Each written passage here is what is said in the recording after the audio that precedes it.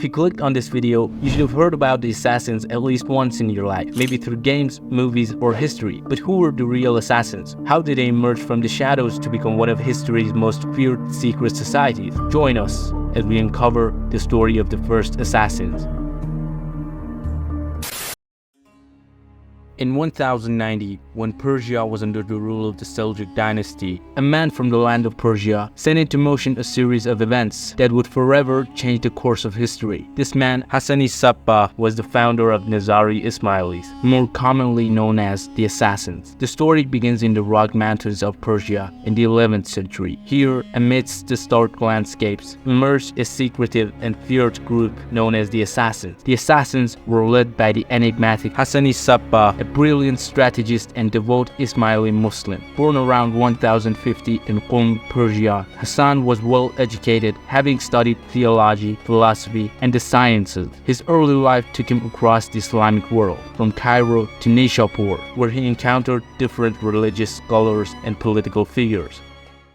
Hassan's travels brought him into contact with the Fatimid Caliphate in Cairo, where he was deeply influenced by Ismaili teachings. The Fatimid Caliphate was an Islamic dynasty that spanned a vast territory, including North Africa and parts of the Middle East. The Ismaili branch of Shia Islam emphasized a hidden imam and a secretive hierarchy of leaders, which profoundly shaped Hassan's belief. In 1090, Hassan-i Sabbah seized control of the formidable Alamut Castle, perched high in the mountains of the Alborz range. Alamut, which means eagle's nest, was more than just a fortress. It was a symbol of resistance and a base for training and planning. The assassins were masters of disguise and subterfuge. They infiltrated the courts and strongholds of their enemies, patiently waiting for the perfect moment to strike. Their targets were often political and religious leaders whose death would create chaos and weaken their adversaries. Their methods were precise and lethal. Using daggers and poison, their attacks were meticulously planned to ensure maximum impact. The element of surprise was their greatest weapon, making them a force to be feared and respected. The assassins' hallmark was their ability to strike fear into the hearts of even most powerful leaders, as their reach seemed inescapable. The assassins' influence spread far beyond Persia. Their reputation reached Europe, where they became a subject of fascination and fear. Stories of their deeds were embellished and mythologized, contributing to the legend of the secretive and deadly sect. During the Crusades, European knights encountered the assassins, further fueling the mystique surrounding them. The Crusaders called them Hashashin, a term that eventually evolved into the word assassin in the English language. The term Hashashin is believed to be derived from the hashish, referring to the supposed use of drug by the assassins to induce a trance-like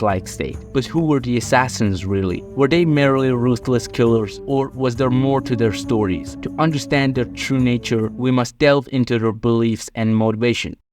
The Nizari Ismailis were a sect of Shia Islam with a distinct spiritual philosophy. They believed in the importance of spiritual enlightenment and the pursuit of knowledge. Their acts of assassination were seen as a means to an end, a way to defend their faith and create a just society. Hassan Sabbah instilled in his followers a deep sense of loyalty and purpose. They were willing to sacrifice their lives for the cause, believing that their actions would secure their place in paradise. This unwavering commitment made them formidable opponents. The training of an assassin was rigorous. Recruits, often young men, were indoctrinated with the ideology of the Nizari Ismailis. They underwent physical training to enhance their stealth and combat skills, as well as mental conditioning to prepare them for the psychological demands of their missions. They learned the arts of disguise, espionage, and survival, becoming adept at blending into their surroundings and gathering intelligence. The assassins established a network of fortresses across Persia and Syria, each strategically located and heavily fortified. Notable amongst these were Alamut Castle in Syria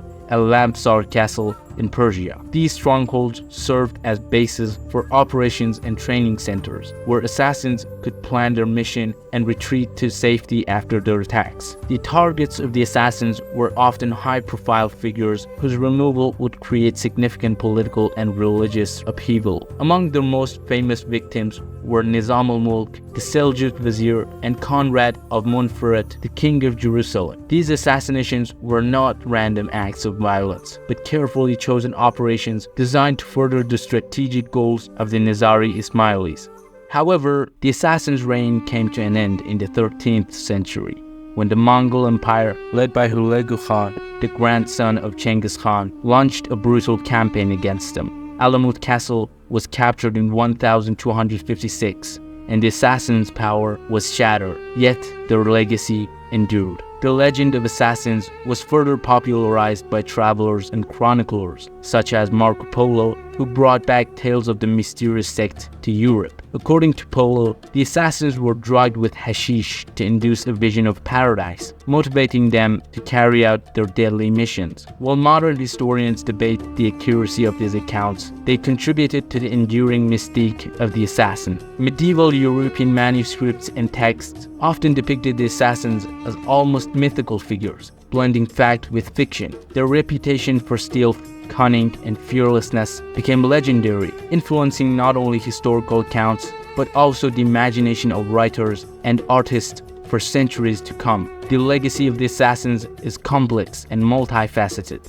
On one hand, they were remembered as ruthless killers who used terror to achieve their goals. On the other hand, they were a group driven by a profound sense of purpose and an unwavering commitment to their beliefs. Their story is a testament to the lengths people will go to defend their faith and shape the world according to their vision. And so, after exploring the story of the assassins, what do you think about them? Let me know in the comments.